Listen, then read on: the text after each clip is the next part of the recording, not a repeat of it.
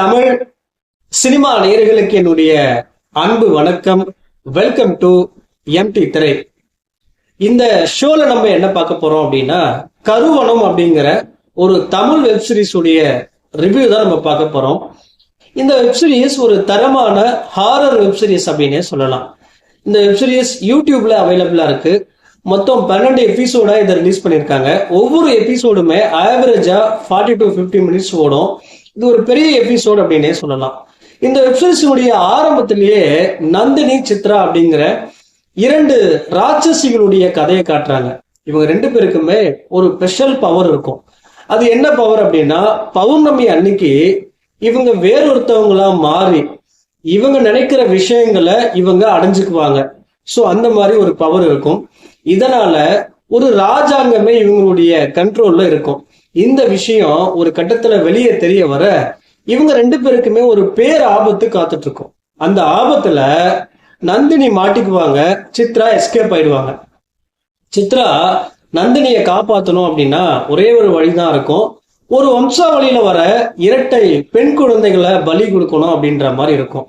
அந்த இரட்டை பெண் குழந்தைகள் தான் பாத்தீங்கன்னா ஷாலினி அண்ட் மீரா. இவங்க 2 பேரும் ஒரு ஆஃப்னேஜ்ல வளர்ந்துட்டு வருவாங்க.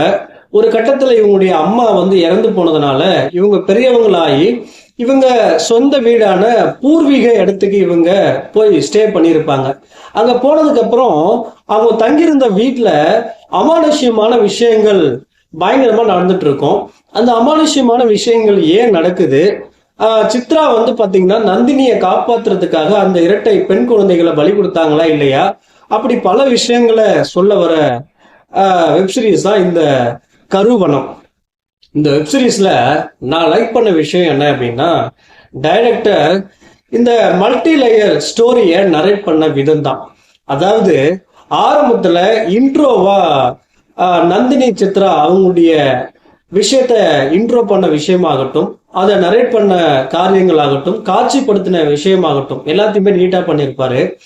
அதே போல அடுத்ததா பிரசண்டா நடக்கக்கூடிய ஷாலினி அண்ட் மீரா அந்த போர்ஷனை அவர் நரேட் பண்ண விதமாகட்டும், அங்க நடக்கிற சம்பவங்கள், அந்த வீட்டில் நடக்கக்கூடிய அமானுஷ்யமான விஷயங்கள், அதை காட்சிப்படுத்தின விதமாகட்டும் எல்லாத்தையுமே நீட்டா பண்ணியிருப்பாரு. அதை பார்க்கவே பாத்தீங்கன்னா ரசிகர்களுக்கு ரசிக்கும்படியா இருக்கு அப்படின்னே சொல்லலாம். அதே போல அடுத்ததா விஷுவலா பாத்தீங்கன்னா இது வேற லெவல்ல எடுத்திருக்காங்க. குறிப்பா அந்த கடைசி 3 எபிசோடு பாத்தீங்கன்னா ரொம்ப தரமா எடுத்திருக்காங்க அப்படின்னே சொல்லலாம்.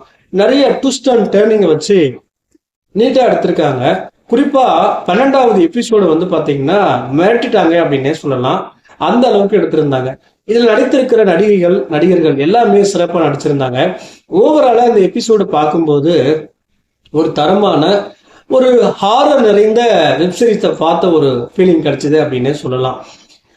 இந்த வெப்சீரிஸ்ல டிராபேக்கா பட்டது என்ன அப்படின்னா, இது மொத்தமா 12 எபிசோடா எடுத்திருக்காங்க.